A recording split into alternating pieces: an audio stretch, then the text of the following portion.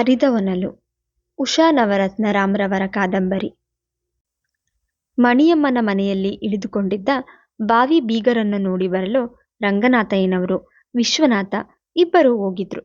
ಕಾವೇರಮ್ಮ ಸಂಜೆ ಮಗಳನ್ನು ನೋಡಲು ಬರುವವರಿಗಾಗಿ ತಿಂಡಿಗಳ ಸಿದ್ಧತೆಯಲ್ಲಿದ್ರು. ನಿರ್ಮಲಾ ಸಿಲ್ಕಿನ ಸೀರೆಯೊಂದಕ್ಕೆ ಕಸೂತಿ ಹಾಕುತ್ತಾ ಕುಳಿತಿದ್ಲು. ತನ್ನನ್ನು ನೋಡಲು ಯಾರೋ ಬರುವ ವಿಷಯ ತಿಳಿದಿತ್ತು. 15 ದಿನಗಳಿಂದ ಜಾತಕಗಳ ಓಡಾಟ, ತಂದೆಯ ತಾಯಿಯ ಸಡಗರ, ಮಣಿಯಮ್ಮನ ಓಡಾಟ ಎಲ್ಲವೂ ತಿಳಿದಿದ್ರೂ ಯಾವುದನ್ನು ಪ್ರಶ್ನಿಸುವ ಗೊಡವೆಗೆ ಹೋಗಿರಲಿಲ್ಲ.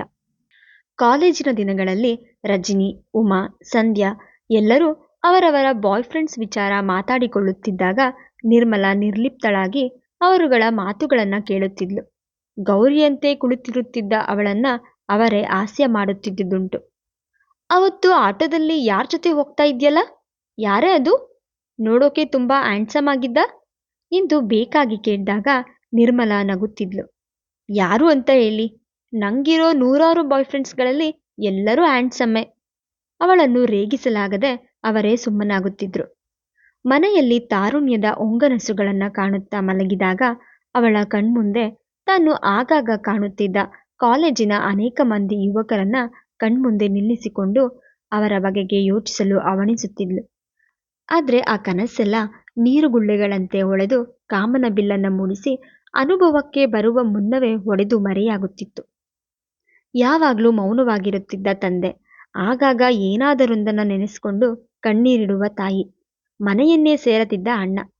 ಹೀಗಾಗಿ ನಿರ್ಮಳಳಿಗೆ ಒಮ್ಮೊಮ್ಮೆ ತಾನೊಬ್ಬ ಏಕಾಂಗಿ ಎನ್ನಿಸ್ತಿತ್ತು. ತಾಯಿ ತಂದೆ ತನ್ನ ಮದುವೆ ವಿಷಯ ಬಂದಾಗ ಮಾತು ಜಾರಿಸಲು ಯತ್ನಿಸಿದಾಗ ಅವಳಿಗೆ ಕೋಪ ಬರ್ತಿತ್ತು. ತನ್ನ ಅಕ್ಕಂದಿರ ಬಾಳು ಹಾಳಾಯ್ತೆಂದು ತನಗೂ ಬಾಳಿನಲ್ಲಿ ನಲಿವಾಗ್ಲಿ ಸುಖವಾಗ್ಲಿ ಬೇಡ್ವೆ? ಯಾರ ತಪ್ಪಿಗೆ ಯಾರಿಗೆ ಶಿಕ್ಷೆ? ತಮ್ಮ ದುಃಖವನ್ನೇ ಸಾಗರದಷ್ಟು ದೊಡ್ಡದು ಮಾಡಿಕೊಂಡು ನವವಸಂತದ ಹೂವಾಗಿದ್ದ ತನಗೆ ಸುಖಕ್ಕೆ ಕೊರತೆಯೇ? ವಿಶ್ವನಾಥ ಮನೆ ಹೊರಗೆ ಕಾಲ ಕಳೆಯುತ್ತಿದ್ದು ಇದಕ್ಕೆ ಎಂದು ಅವಳ ಅನಿಸಿಕೆ. ಆದರೆ ತಂದೆ ತಾಯಿಯ ಮುಂದೆ ಅದನ್ನು ಹೇಳುವ ಧೈರ್ಯವಿರಲಿಲ್ಲ. ಹಬ್ಬ ಹರಿದಿನಗಳನ್ನು ನಗುನಗುತ್ತಾ ಆಚರಿಸದೆ ಕಣ್ಣಲ್ಲಿ ನೀರು ಹಾಕ್ಕೊಂಡು, ನಮ್ಮ ಮಂಗಳ ಇದ್ದಿದ್ರೆ ಚೆನ್ನಾಗಿರ್ತಿತ್ತು, ನಮ್ಮ ಶ್ಯಾಮಲ ಇರಬೇಕಿತ್ತು ಇಂಥ ದಿನ ಎನ್ನುತ್ತಾ ಹಬ್ಬಕ್ಕಾಗಿ ಸಜ್ಜಿತಳಾದ ತಾನು ಕಣ್ಮುಂದೆ ಬದುಕಿರುವುದನ್ನು ಮರೆಯುತ್ತಿದ್ದಿದ್ದು ಅವಳಿಗೆ ಅಸಹ್ಯವಾಗಿತ್ತು. ತಾನು ಮದುವೆಯಾಗಿ ಈ ದುಃಖ ಆಲಾಪಗಳಿಂದ ದೂರ ಹೋಗಿಬಿಡಬೇಕೆಂಬ ಹೆಬ್ಬಯಕೆ ಎಡೆ ಎತ್ತಿ ನಿಲ್ಲುತ್ತಿತ್ತು. ಮನೆಯ ಬೇಸರ ನೀಗಲು ಬೆಳಿಗ್ಗೆ ಟೈಪ್ ರೈಟಿಂಗ್, ಮಧ್ಯಾಹ್ನ ಹೊಲಿಗೆ ಕ್ಲಾಸು, ಸಂಜೆ ಮಹಿಳಾ ಕ್ಲಬ್ಗಳಿಗೆ ಮೀಸಲಾಗಿಟ್ಟು ಮಿಕ್ಕ ಅಷ್ಟಿಷ್ಟು ಹೊತ್ತನ್ನು ಆದಷ್ಟು ತಂದೆ ತಾಯಿಗಳಿಂದ ದೂರ ಇಟ್ಟು ತನ್ನ ಜಗತ್ತಿನಲ್ಲಿ ತಾನು ವಿವರಿಸುತ್ತಿದ್ಲು. ಅವಳ ಓದು ಮುಗಿದ ಮೇಲೆ ಕೆಲಸಕ್ಕೆ ಸೇರಲು ಕಾವೇರಮ್ಮ ವೃತ ಒಪ್ಪಿರಲಿಲ್ಲ. ನೀನೇನು ದುಡಿಬೇಕಾಗಿಲ್ಲ, ಅಪ್ಪ ನಾನು ಇಬ್ರು ಬದುಕಿದ್ದೀವಿ ನಿನ್ನ ಸಾಕೋಕೆ, ಏನ್ ಬೇಕಾದ್ರೂ ಹೇಳು, ನಿಂಗೇನ್ ಕಡಿಮೆ ಎನ್ನುತ್ತಿದ್ದ ಅಣ್ಣ ವಿಶ್ವ.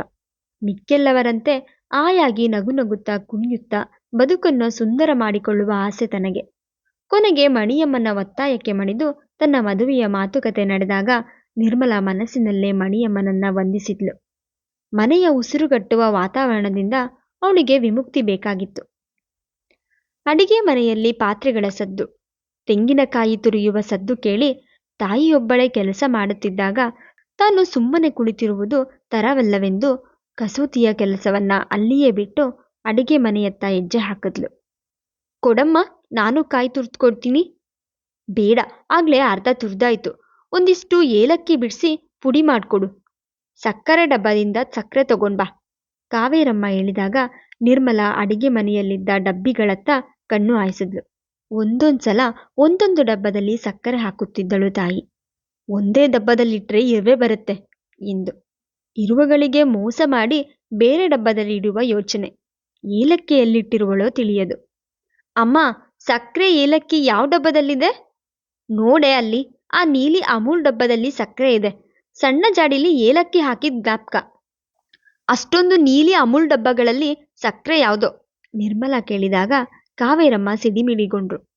ಅದಕ್ಕೆ ಹೇಳಿದ್ದು, ನಾನು ಕಾಯಿ ತುರ್ಕೊಡ್ತೀನಿ, ನೀನೇ ಅದೆಲ್ಲ ಹುಡುಕೋ, ನಿರ್ಮಲಾ ಹೇಳಿದಾಗ ಅವರ ಸಹನೆ ಮೀರಿತು. ಶ್ಯಾಮ್ಲಾ ಅಂತೂ ಕೆಲಸದಲ್ಲಿ ಎಷ್ಟು ಜಾಣೆಯಾಗಿದ್ಲು. ತಾನೇ ಎಲ್ಲ ಮಾಡಿಟ್ಟು ನನ್ನ ಸುಮ್ಮನೆ ಕೂಡಿಸ್ತಿದ್ಲು. ಬಂದವ್ರ ಮುಂದೆ ಅವಳೇ ಮಾಡಿದ್ದು ಅಂತ ಹೇಳ್ಬಾರ್ದು ಅಂತ ಸುಮ್ಮನಿದ್ದೆ. ಅವಳ ಕೆಲಸದ ಅಚ್ಚುಕಟ್ಟು ಯಾರಿಗೂ ಕಾಣೆ.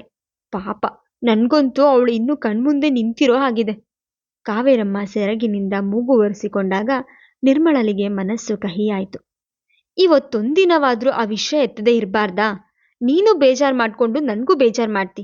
ನನಗೆ ಬುದ್ಧಿ ತಿಳಿದಾಗಿಂದ ಮಂಗಳ ಆಗಿದ್ಲು, ಶ್ಯಾಮಲ ಈಗಿದ್ಲು ಅಂತ ಕೇಳಿ ಕೇಳಿ ಸಾಕಾಗೋಗಿದೆ. ಬಂದು ಹೋದ ಹೆಂಗಸ್ರು ಮುಂದೆ ಅತ್ತು ಅವರನ್ನು ಅಳಿಸ್ತಿ. ಏನಮ್ಮ, ಇಂದಿನದು ಕೊಂಚ ಮರ್ತ್ಬಿಟ್ಟು 4 ದಿನ ಆಯಾಗಿರ್ಬಾರ್ದಾ? ನಿರ್ಮಲಾ ಕಳಕಳಿಯಿಂದ ಹೇಳಿದಾಗ ಕಾವೇರಮ್ಮ ಗದರಿದ್ರು. ನಿನ್ನನ್ಯಾರು ಇಲ್ ಬಾ ಅಂತ ಕರೆದೋರು? ನಿನ್ ಕೆಲ್ಸ ನೀನ್ ನೋಡ್ಕೋ ಹೋಗು.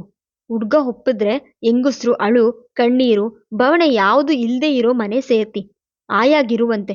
ನಮ್ ಕಷ್ಟ ನಮ್ಗೆ. ಎತ್ತ ಕರಳಿನ ಸಂಕಟ ನಿನ್ಗೇನ್ ಗೊತ್ತು? ನಿರ್ಮಲನಿಗೆ ತಾಯಿಯ ಬಿರುನುಡಿಯಿಂದ ಮನಸ್ಸಿಗೆ ನೋವು ಉಂಟಾದ್ರೂ ತೋರ್ಪಡಿಸದೆ ತುಟಿಗಳ ನಗುವಿನ ಲೇಪ ಮಾಡಿಕೊಂಡ್ಳು. ಸದ್ಯ ಹಾಗೆ ಆದ್ರೆ ಸಾಕಲ್ವೇನಮ್ಮ? ಅತ್ಗೆ ನಾದ್ನಿ ಯಾರ ಕಾಟನೂ ಇಲ್ದೆ ಆಯಾಗಿರ್ಬೋದು. ನಾನು ಸಂತೋಷವಾಗಿರೋದನ್ನ ನೋಡಿ ನೀನು ಅಪ್ಪ ನಗ್ನಗ್ತಾ ಇರ್ಬೋದು ಇನ್ಮೇಲೆ.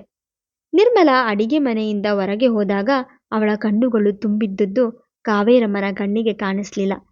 ಅವಳ ಮನಸ್ಸಿನ ಕಹಿಯ ಅನುಭವವೂ ಆಗ್ಲಿಲ್ಲ. ಮಧ್ಯಾಹ್ನ 3 ಗಂಟೆಗೆ ಮಣಿಯಮ್ಮ ಹಾಜರಾದ್ರು. ಅವರ ಕೈಯಲ್ಲಿನ ಹೂಕುಚ್ಚು ವಿಳುದೆಲೆಯೂ ಇತ್ತು. ಕುರ್ಚಿಯ ಮೇಲೆ ಕುಳಿತು ಕೈಯಲ್ಲಿ ಟ್ರಾನ್ಸಿಸ್ಟರ್ ಹಿಡಿದು ಹಾಡೊಂದನ್ನ ಕೇಳುತ್ತಿದ್ದ ನಿರ್ಮಳನನ್ನ ಕಂಡು ಮಣಿಯಮ್ಮ ಉಬ್ಬುಗಂಟಿಕ್ಕಿದ್ರು. ಇದೇನ್ ನಿರ್ಮಲ, ಹಾಗೇ ಇದ್ಯಾ? ಅಲಂಕಾರ ಗಿಲಂಕಾರ ಏನು ಬೇಡ್ವಾ? ನಾನು ನಮ್ಮ ಹುಡುಗಿ ತುಂಬಾ ಚೆನ್ನಾಗಿದ್ದಾಳೆ ಅಂತ ಹೇಳ್ಕೊಂಡಿದ್ದೀನಿ. ಹೀಗೆ ತಲೆ ಕೆದ್ರುಕೊಂಡು ಹಳೆ ಸೀರೆ ಉಟ್ಕೊಂಡು ಕುತ್ಕೊಂಡ್ರೆ ಹೇಗಂತ?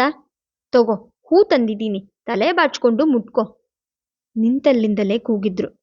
ಏನ್ರಿ ಕಾವೇರಮ್ಮ, ನಿರ್ಮಲ ಏನು ಇನ್ನು ಹೀಗೆ ಕೂತಿದ್ದಾಳೆ? ಬುದ್ಧಿ ಹೇಳ್ಬಾರ್ದಾ? ಕಾವೇರಮ್ಮ ಒಳಗಿನಿಂದಲೇ ಕೂಗಿದ್ರು. ನಾನು ಬೆಳಗಿಂದಲೇ ಹೇಳ್ತಾ ಇದ್ದೀನಿ, ಬೆಳ್ದು ಓದಿ ಬುದ್ಧಿ ಕಲ್ತೋಳು, ನನ್ ಮಾತು ಕೇಳ್ತಾಳಾ? ನಿರ್ಮಲಾ ಟ್ರಾನ್ಸಿಸ್ಟರ್ ನಿಲ್ಲಿಸಿ ಎದ್ದು ನಿಂತ್ಲು. ಅಬ್ಬಬ್ಬಾ, ಸಾಕಪ್ಪ ಸಾಕು. ಎಲ್ರೂ ಲೆಕ್ಚರ್ ಮಾಡೋರೆ. 5 ಗಂಟೆಗೆ ಅವ್ರು ಬರೋದು. ನಾನು 3:30 ಗಂಟೆಯಿಂದಲೇ ನವರಾತ್ರಿ ಬೊಂಬೆ ಹಾಗೆ ಅಲಂಕರಿಸ್ಕೊಂಡು ಕುತ್ಕೊಳ್ಳ?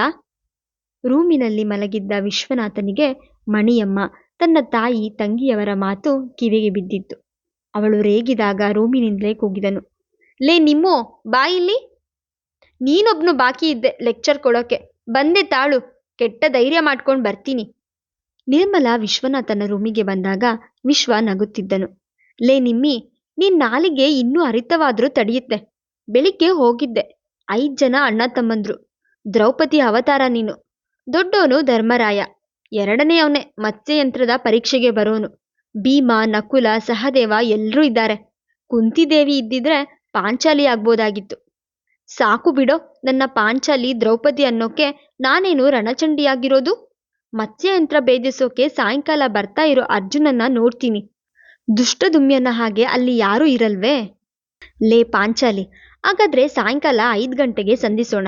ಈಗೋಗಿ ನೀನ್ ಅಸ್ತ್ರಗಳನ್ನ ವಸ್ತ್ರಗಳನ್ನ ಧರಿಸ್ಕೊ ಹೋಗು. ಅವಳು ಹೊರಟಾಗ ಮೆಲ್ಲನುಸಿರಿದ. ಲೇ ನಿಮ್ಮು, ಯಾರ ಮಾತು ಕಿವಿಗೆ ಹಾಕೋಬೇಡ. ನಿಂಗೆ ಹೇಗ್ ಬೇಕೋ ಹಾಗಿರು, ಹೋಗು.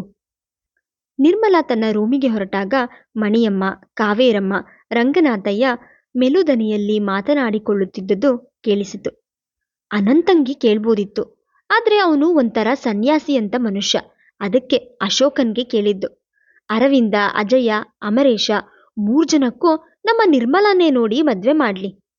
ಆ ಮಾತಿಗೆ ರಂಗನಾಥಯ್ಯ ನಸುನಕ್ಕರು. ನಿರ್ಮಲ ಮಾಡಿದ್ಲು, ಆಯ್ತು.